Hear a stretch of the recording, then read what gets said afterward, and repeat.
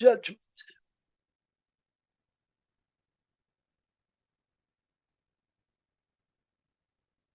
Let's use a hypothetical example.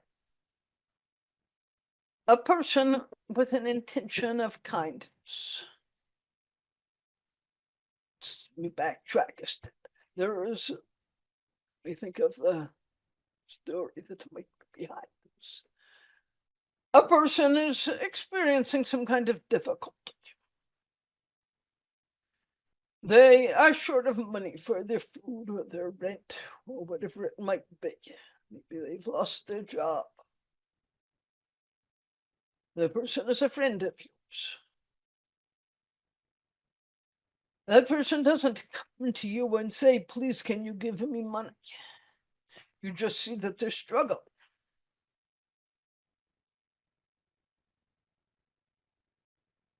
There are many different paths to take. You can offer the money as a gift. You can offer the money as a loan.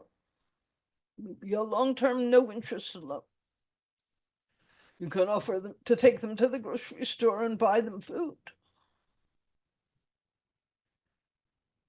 You can turn your back, feeling, I don't want this person to feel ashamed.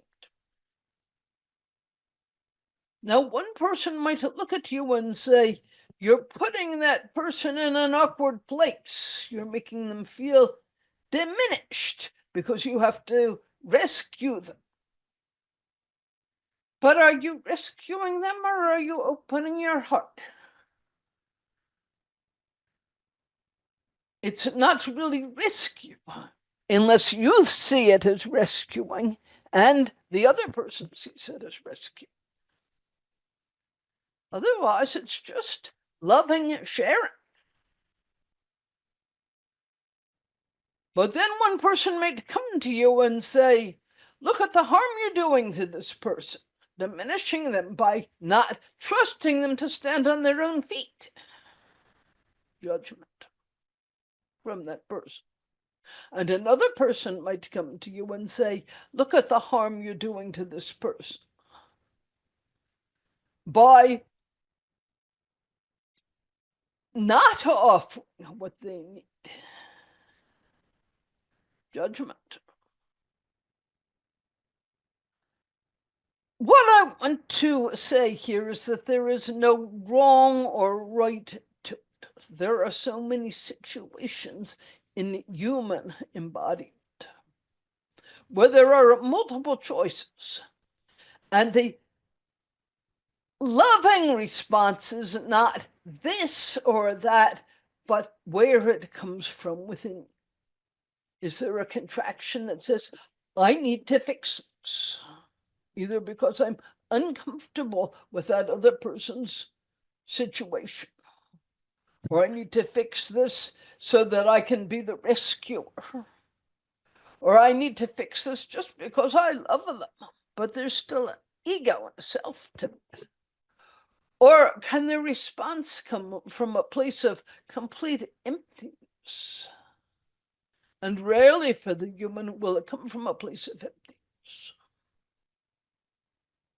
When there is somewhat of a self in it, then there are the roots of karma.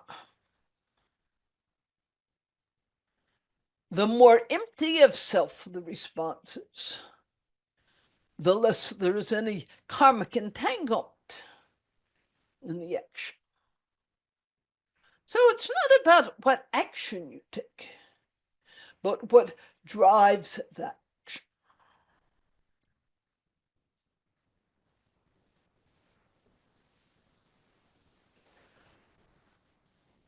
One person might see the plight of people in Gaza and give a lot of money to some organization that is helping to provide food,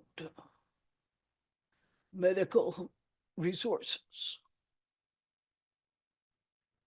And then look at others and say, well, aren't you supporting them too? Looking down, judging others. And somebody might say, well, why are you doing this?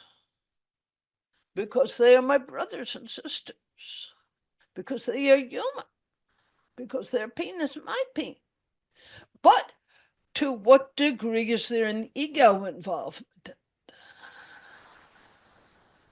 Can you come to whatever you give or don't give from a very clear place that's empty of ego? Who is given? Who is not given? And so this is a very beautiful human challenge. It's a teaching.